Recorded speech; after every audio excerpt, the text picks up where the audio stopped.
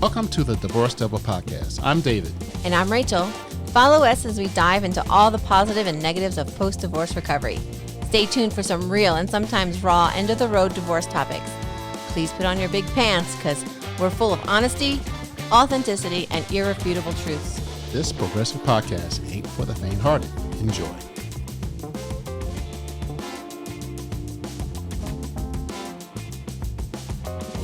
All right, everybody. Welcome to Divorce Devil, episode 70. Seriously. I feel like my laugh is the beginning of our theme song. Episode 70. Today we're talking about happiness. Finding your happiness post-divorce or even during divorce. And Start your happy early.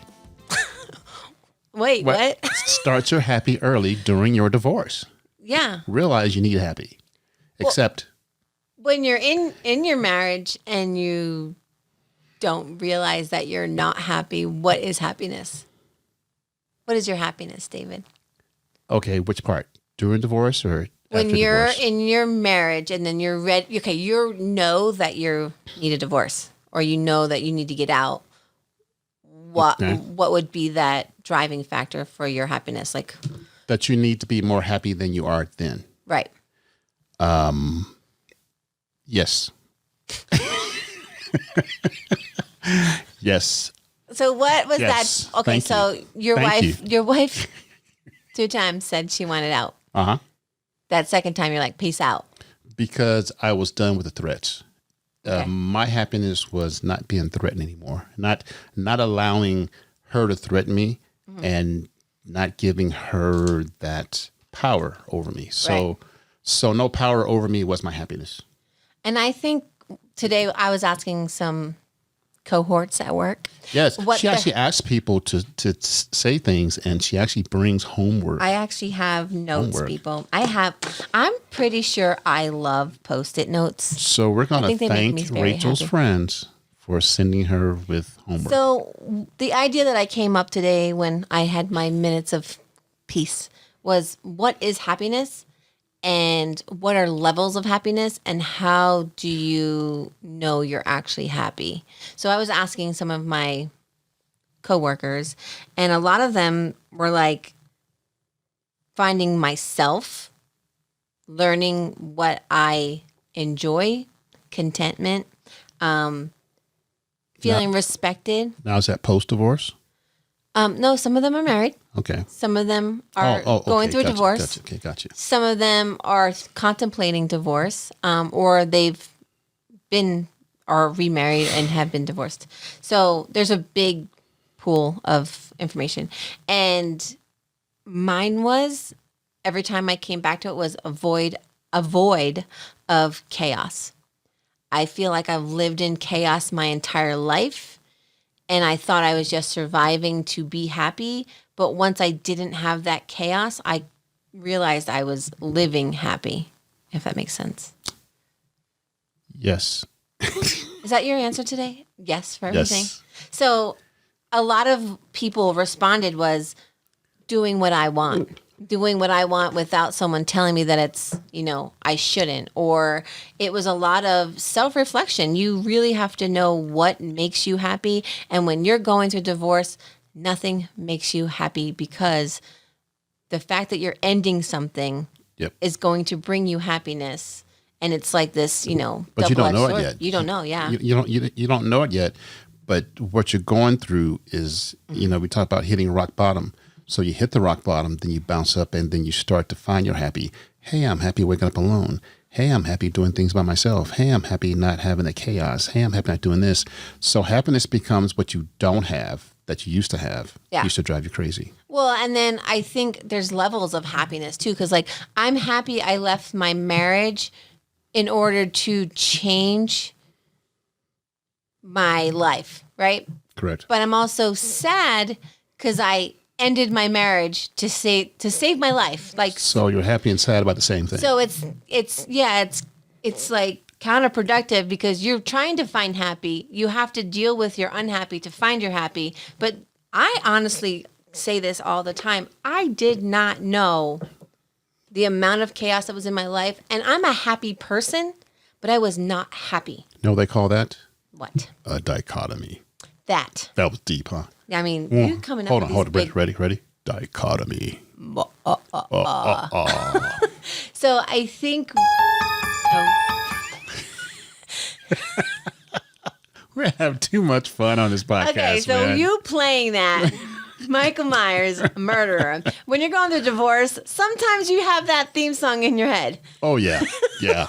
Yeah. I mean, it could be happy. Yeah, happy theme song. Hey, Why that can't theme Michael song makes Myers you be happy. here Where's Michael Myers when when you you need need him? Slug Hey, bug. we should go on Slug a bug. trip to Crystal Lake. Yeah. Jamie Lee I'm Curtis, happy. Yay! man, Jamie Lee's so fine. Anyway, so I know that was really off key. Do you wasn't think women happy and men happy are different? Or do you think we're just all looking for the same? You know, I think that comes to the point of Venus and Mars. Men are simple, you know, kind of like peeing in the bushes, that thing. But We wish. Standing up, whipping it out. yeah, I mean, but we wish. I think women are more emotionally happy. Men are more physically happy, or happy. Like, hey, I got a car. Hey, I'm in bed by myself. Do you think there's an outward, like, you know, you can look at someone and say, oh, that guy's happy. I think people can fake it. Yeah. Yeah. I think people have been faking it for a long time. Oh, yeah. In Oh, general, definitely. like, that's why a lot of women aren't happy. Even having to fake it. Well, fake it. That's a different story too. But even married people are, you know, they go places. People say, "Man, they're so good together," and they don't know what's going Yeah, on you don't know behind what's closed going- doors. Exactly. Yeah. Yeah. So, And but once you let go of that closed door, Yeah. and you separate from that, and if that closed door, excuse me, whoa, if that closed door is crazy, you're happy than a mother. well, today when I was asking people like how do you define happy? Like my thing is I have levels of happy. So like I had a great cup of coffee today. It was just like, you know, it's like, oh wow, I really enjoyed that cup of coffee. Now a next level of happy could be I'm having a great coffee with someone I haven't seen in a long time. Somewhere I haven't been before, or, you know, they traveled to see me and I'm showing something that they've never seen before. So there's levels of happy.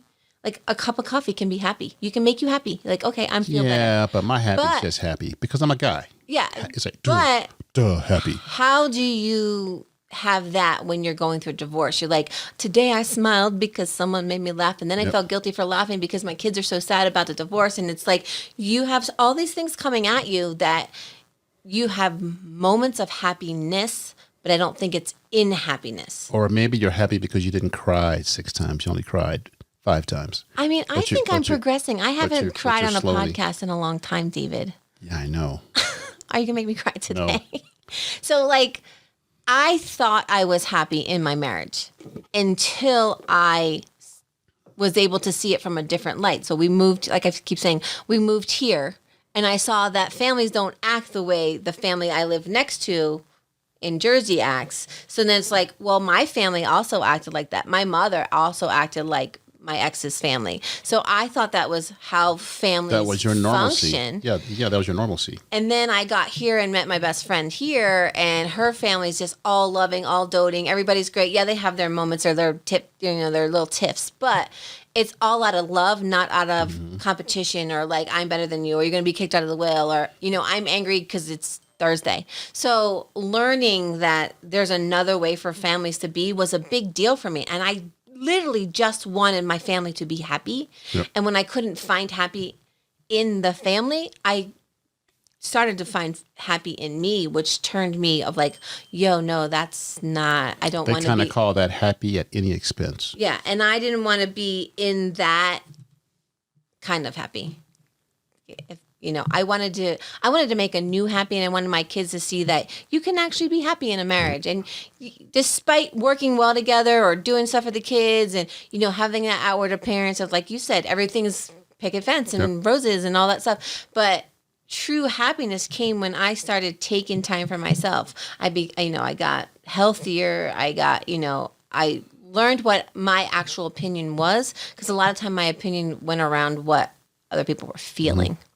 So We can't stress enough to people out there are unhappy. Yep. See, we're trying to have a podcast. You're Just getting a phone Lance. call. Okay. I hung up on him. Sorry, babe. Hi, babe. You find people out there that are not happy, Right. and there's almost nothing we can say about, because we don't want to promote getting divorced. No, Because not at all. I say work it out, go to counseling as much as you can, try.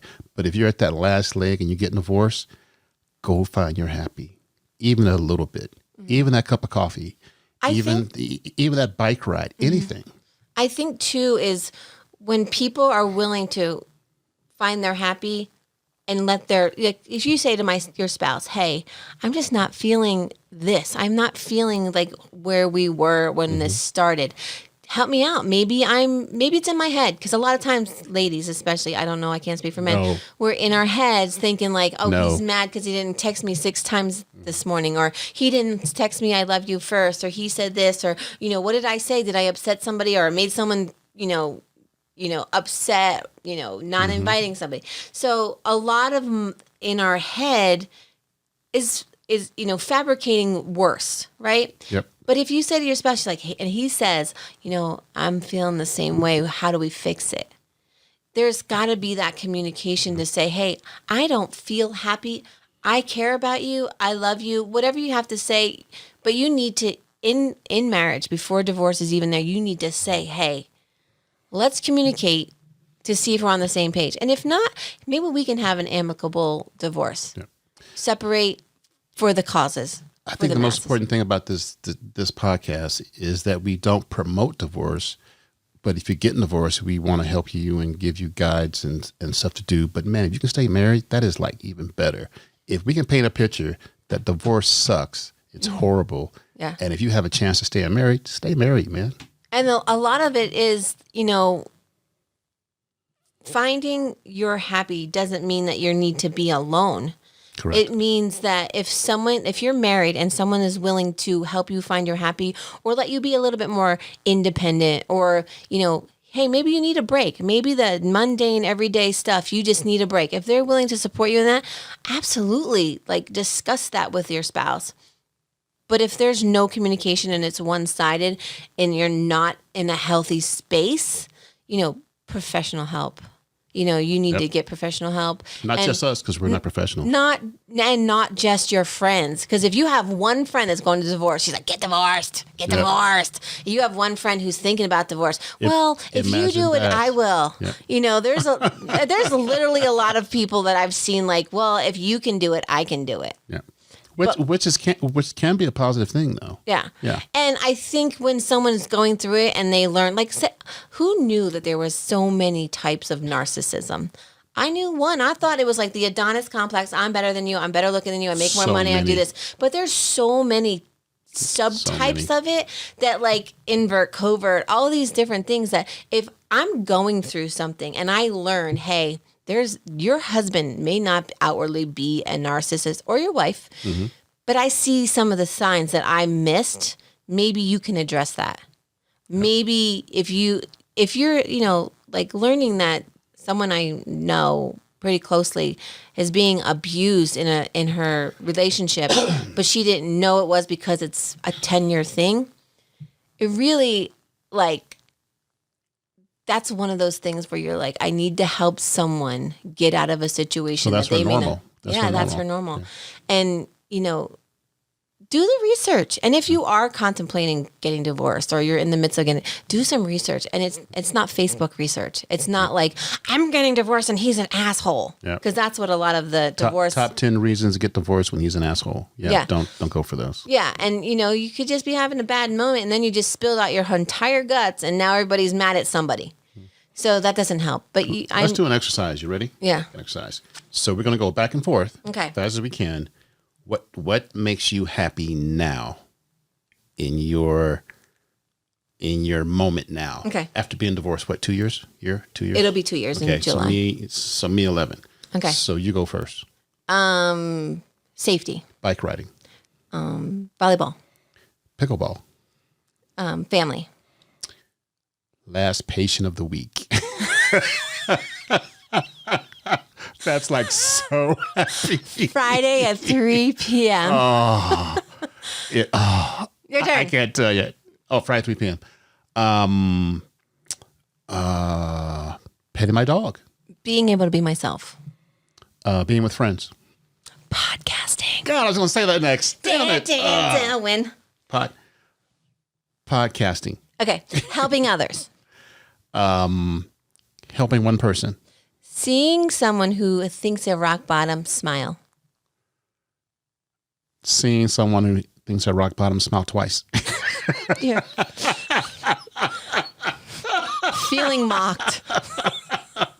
Feeling mocked for the second time. I'm going to throw something at you. I'm going to throw a sharp pencil at you. Oh my God. That Come was on. good. You need some Kama Sutra. $27 in the bank. Woo! Buying my own car. Oh, painting my parking lines red. Oh, yeah. We need to do some pickleballing. Oh yeah, pickleball, baby, pickleball. Hey, ready? Meeting Lance. Oh, That's yours? yeah. Oh, that was yeah. fun. Yeah. I haven't met yours, so I know. you're dropping the ball, dude. Maybe she doesn't exist. Maybe she's a figment of your imagination. Maybe she's a Fig Newton. Look at that face. Those are one of those cookies that you're not sure you like, but Yeah. you kind of like, but you're not. Like, it's really dry, It's like sticky inside, kind of. and it's like really chewy, and you're like, I like this because I'm supposed to, or because I've had it I before. think the cousin of the Fig Newton is a Rolo. Chew, chew, chew, chew, chew, chew, chew. I like Rolos. No. Okay. Anyway, back Was to that the helping commercial people. from like Yes. 60 years ago? Really? I wasn't born yet. Really? All right. I mean, how old are Rolos? That's yours. Rolos. My happiness is getting abused from my age. Elder abuse. My happy is abusing elders. Is Lance your elder? No, I'm older. Oh, By 3 months, like 1 week. Cradle robber. I am, yeah. Hey, he knows a cougar when he sees one. yeah. So, with this podcast, which I started back in 2016, I think... And it got good when I entered. Yes. Thank God for Rachel. I know, right? Yes, that's another happiness when Rachel came to be on the podcast. That I was so happy. Oh my gosh. But, Just like, get this fucking asshole. oh my God, so happy. That girl from Yeah. Jersey, never again. Isn't there a song, Happiness, Happy, something like that? Yeah, T Swift has a song. It's right here. It's called Happiness. It says, Uh-oh. it talks about, okay, so anybody knows what T Swift is. It's Taylor Swift, who I have seen 3 times in concert because of my lovely daughter. But anyway, she is known for writing songs about exes and all sorts of stuff. And some of the words that I was sent by one of the younger people in my office who's a T Swifter actually do hit points. Like, I'm actually proud of Taylor Swift. I mean, I've watched her grow up. Let's preach some Taylor Swift. Okay, ready? Give it to me. So here she says, there's been happiness after you, but there was happiness because of you. Both of these things can be true. There is happiness. So you had happiness in your marriage. Yeah. And Yeah. then after you've had it, but you've also experienced things in life that were happy in the moment of your spouse, right? But past the blood and bruise, past the curses and cries, beyond the terror and the nightfall, haunted by the look in your eyes that wouldn't have loved you for a lifetime, leave it all behind, and there is happiness. So get rid of the chaos. My only question, can't Taylor Swift keep a man? Yeah, How come she's always we're singing? We're not talking about relationships for her. We're just talking about. I'm just saying. Yeah, no. If you keep singing about breakups, Yeah. there's something wrong. Yeah. Yeah. I mean, and it goes to talk about like, I can't make it go away by making you the villain. I guess it's the price I'll have to pay for 7 in heaven. Like she was with someone or whatever. But I think this song emulated with me because when you stop making your ex the worst, terrible, everything, yes, it was terrible and you got out and now you should find happy. All of that experience that you had led you to this form of happy, which is like I say, I have never known that you could be this happy because my childhood was chaos. My first relationship was terrible. And then I met my ex-husband, and he was my savior, but it was basically recycling. He was your person at that moment. Yeah. And so he was the knight, but I didn't realize I didn't need the knight. I needed to find myself and figure out myself so that I can be in a healthy relationship with someone, because I was always looking for someone to just say, you matter, you're important, I care about you, I want to spend time with you. And I didn't get that growing up, and I didn't get that in my first relationship. I got, you're a possession of mine, you're going to do as I say, and if you don't, there's consequences. And so those consequences lived with me. Like, my ex was not abusive as physical. Sometimes he would, I say verbal because he was projecting his anger from other things. And then when it got to, he just hated me because I was leaving, I was like, I needed to leave. So let me ask you this. Yeah. How does happiness relate to thankfulness? I think happiness comes from thanking all the experiences that you had to lead you to know that you weren't happy, because you have to inward speak to know, hey, this doesn't feel right anymore. This pits in my stomach, the headaches, this, not eating. These all definitely don't define what I think happiness is in the proverbial word of, what other people describe it, or, the Webster Dictionary says happiness is. I feel like happiness is calm. It's content. It's a safety. It's, knowing that no matter what, if there's nothing else around, I can be happy in myself. So I think that happiness and thankfulness are related, as in terms of unhappy. Yeah. You have to be thankful for being unhappy and happy, because the unhappy shows you that you need to be happy. Well, there's like that thing too, like, It's almost like negative learning. Yeah, you don't learn if you've never made a mistake. Correct. You don't learn if you've never had any adversity. How do you know how to survive a tragic event if you've never had one? Well, when it happens, you go through it. Listen to Divorce Devil. Exactly. Yes. This is the most amazing podcast ever. Yes. But in order to live experiences, you're going to have to fail. And when you keep getting back up, that's when you've learned your lesson. So if I know that screaming and yelling physically hurts me, anything that's not screaming and yelling is a happiness. It's a thankfulness that I do not have to experience that. Again, yeah. So my thing is, and I totally lost my train of thought, but go ahead. Because you're drinking whatever. Wow. What are you on? Crack? No. Coke. It's an orange soda from McDonald's. Oh. That I didn't mean like sniffing Coke. I meant like drinking Coke. Coke. Yeah. I got nothing. Really, what happened to you? Thankfulness and happiness. I had it. When did you become Rachel? Squirrel. Hold on, squirrel. It's wow. The seriously. silence is deafening in here because he came at me. It's almost like you're happy and unhappy. So the thankfulness comes in on both sides. So you're thankful that someone showed you that you do not want to be in that type of relationship. Yeah. Or they showed you that you do not want to raise a kid that way. Yeah. Or they showed you that they show you their ass, not in a positive method, that you don't want to be married to someone like that. Well, so they showed you all the negative parts that you form a positive avenue on where to go. So basically, I'm thankful for the many times that my ex-mother-in-law pissed me off enough to give no fucks. Wow. And to say, like, 4 podcasts in the one. I'm not going to die this way. Yeah.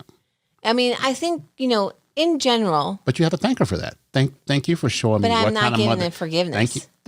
Thank you for showing me what kind of mother-in-law not to be. Can I do it like, thank you so much for being such a see you next Tuesday. Bitch.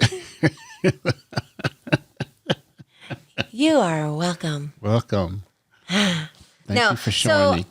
I think, what do you say your happiness? Like, how would you define David's happiness? Post-divorce? Yeah, post-divorce. Oh, no bickering, able to do what I want to do, having great friends, being in a safe spot, not just safe in safety, but safe as in positive spot for me to be in. Yeah. And try to grow my life, grow and experience my friends, my kids, and all that stuff. Yeah. You know, you got to be able to do and have the control of your life, because I didn't have control for a while. Having control is not overrated either. And I think when you're being controlled and you think that you're a mutual part of something like a marriage, when you find out that you had no control, it's literally like mind blowing. You're like, wait, I thought I was an equal part of this. And then you're like, wait, I had no idea. Like, I'm like, what? I had no control? I'm the boss. We're going to Target. Control. But no, it wasn't really. It's why are you spending $35? Why are you here? Why don't you do this? Control. Why are you doing that? And so I think my happiness is contentment. Like being content with the life I'm living now. Like just there's no worry. Or even not walking on eggshells. Yeah. That right there is a big one. Priceless. I think I said like expression of self without criticism. Like if I started being like loud or like say we went out for like the night and I had a drink and then I had a second drink and I was like, and like dancing or something. I'd get you were normal. Yeah, I'd get the rub on the arm like calm down, relax. I'm like, that's not who I am. I'm a free, happy person. I don't give a fuck what anybody around me thinks. And if they think I'm acting too wild, they can come talk to me about it. That's happiness, not giving a fuck what other people think. No fucks given is forgiveness. No. Not it giving is not forgiveness. No, not giving a fuck what people think about you. That is enlightening. Yes. Sex.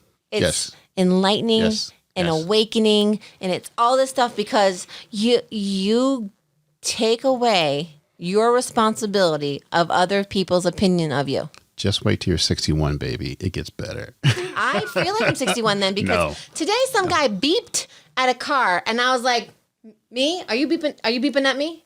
You beeping at me?" No. See, that's a Jersey. You gotta wave. I was like, wave. So I did that, and I was like, Yeah.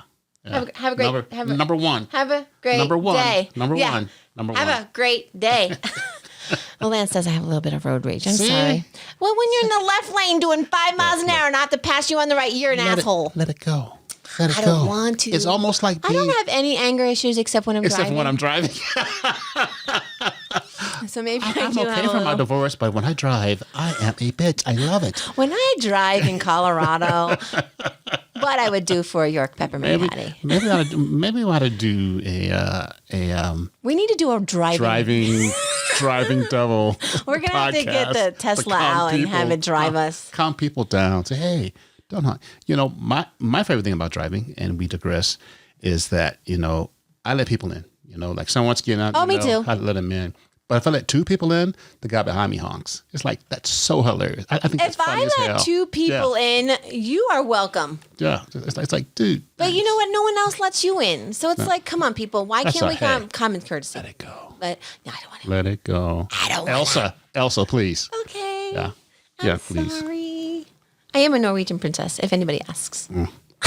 So we're here to help people. So, no, but like, do you think your happiness comes from making other people in your house happy or your family happy? Or do you think that's not responsibility of them? Don't they say that it's not my responsibility to make you happy? Mm-hmm. Yeah. Exactly. So, and I think you go crazy with that. Well, I fell into that when I was first divorced because I left and my kids, that's like the trigger button that they could say to me. And I was just like, I'm a terrible mom. You left. Well, I did that so that your life could be better or, the situation could be better. You don't see the big picture. When they said that to me, I was just like, all right, well, let me be the best person I can be and let me make you happy. How do I make you happy? And I was forcing them to be happy when actually I was forcing them to not deal with it. So you overcompensated. Yeah. But now look at you now. Yeah. All you have now is road rage. That's just built in. I mean, great to drive in Pennsylvania. Hey, great divorcee, but horrible road rage, man. I only have road rage when you're being an asshole. Yeah. But there's a lot of asshole drivers. And I'm not an asshole, so it's probably you. By reason of, there's a meme out there. I'm probably going to get it wrong verbatim. B equals C, therefore C equals asshole. No. The transitive property of math. If I'm mad at you. You should look in the mirror because I'm an awesome person. It's probably you. Yes. No, so I think a lot of people today too, when they were talking about happy, they kept saying like my kids make me happy. This person makes me happy. And I was like, well, what about you? What is your happy? Like what besides anybody else? Say there was nothing else in the room. There was nobody else you had to worry about. What would make you happy? And a lot of people struggled. A lot of people couldn't figure out the happy. They didn't know what their happy was because they're so either consumed by their job or they're consumed by their families or they're unhappy. And I said, so are you just deciding to be unhappy or are you allowing yourself to be unhappy? I says, at what point do you flip the switch and say, hey, I'm choosing happiness for me and you can either ride along or you can go by the wayside. And I think a lot of people aren't willing to have their happy if the people around them aren't showing happy. All right. Closing thoughts. That was quick, man. I know, right? That's a lot of happy. I'm happy, damn it. Do you think religion... I'm happy, damn it. Do you think religion makes... That was one of the other things that people asked. They're like, well, I know God, so I must be happy so that I can go to different places. And I plead the fifth. Okay. Well, I'm just trying to give us the real stuff out here. And I don't know. That's a good question. I'm not I'm a sinner. Yeah, we're all sinners. Oh, absolutely. Yeah. But if you believe in that. Yeah. No, yeah, but since we have free will, we have our own free will to be happy. Yes. So, but free will is a Christianity thing, right? So, well, not necessarily. Okay. You know, free will, I think, is that we make our own decisions to be bad or good. Mm-hmm. So some people are bad, and that's our happy. Yeah. So it all depends on our relativity. So. And I think a lot of people can find happiness in their religion when they're going through that, and like, you know, like-minded people. So if you have someone who's going through a divorce and, you know, they believe in the same thing that you do, they may give you a different insight for someone who, like, you know, I always say, like, I more practice spirituality and like follow like the Buddhism and stuff like that. And like, there's different levels of happiness when you're going through enlightenment and atonement and all this other stuff. So I don't really know my take on happiness for religious stuff, but I think a couple times today where people are like, well, I have God in my life and he helps me do this. And I was like, I struggle because of the upbringing I had with church, and the people in church, not the actual church or religion. And a lot of people give you misinformation so that you are less happy than them, I found. A friend of mine told me once that everybody in church ain't saved. Yeah, I know. There you go. Church is just a cross-section of society. Yeah. And I think I think church can also feel like your village, like your village of friends. Like if you find solace in your friends, great. If you find that in church, if you find that, you know, riding your bike or playing volleyball or writing or podcasting or whatever it is, you really need to search for happy and not what you think other people expect happy is, because everybody's happiness is individualized. So I also see it like this. Find your happy, do your happy, realize you're happy, create your happy, as long as it's law-abiding. Oh, yeah. I mean... Yeah, don't get crazy happy. I mean... Don't get crazy. Just because people are being stupid doesn't mean you need to throat punch everybody. Yeah, and don't drive in front of Rachel. I mean, just don't be an asshole when you're driving. If there's 3 lanes and you're in the left lane, this is a divorce podcast. This is a divorce podcast. No, seriously. This is also life lessons. If you're causing traffic problems because you're in the left lane and don't know what the fuck to do in the left lane, you should probably move over to the right. Because if I have to pass you on the right and then get in front of you, you're going to know that I'm annoyed. Thank you for listening to Divorce Devil, episode 70. We are working on all the parts of our life. Episode 71 is going to be anger management issues. We should do a remote podcast. We'll stop at Angela's and then we'll take a ride down the Springs where it's real happy down there. We got to call Angela's. We got to do a remote there. I know we need to. She's going to have a housewarming. Okay. I mean, I don't know if she knows she is, but I'm just telling her online. I'm telling you on air right now that you're having one and we're coming. We really don't want to do the housewarming and divorce podcast same time though. The reason she's having a housewarming is because she's getting divorced. What's a better place? Oh, God, I hate it when you're right. I mean, say that again. All right, everybody. Well, maybe Thank we'll you for just listening invite the podcast family, and we'll have one, and then we'll have a separate one. All right. All right, Angela, we're coming. All right. Thank you for listening to Divorce Temple Podcast episode. He said 70. it was right, people. God It's on damn. recording. All right, everybody. Have a nice night. Bye-bye. Bye.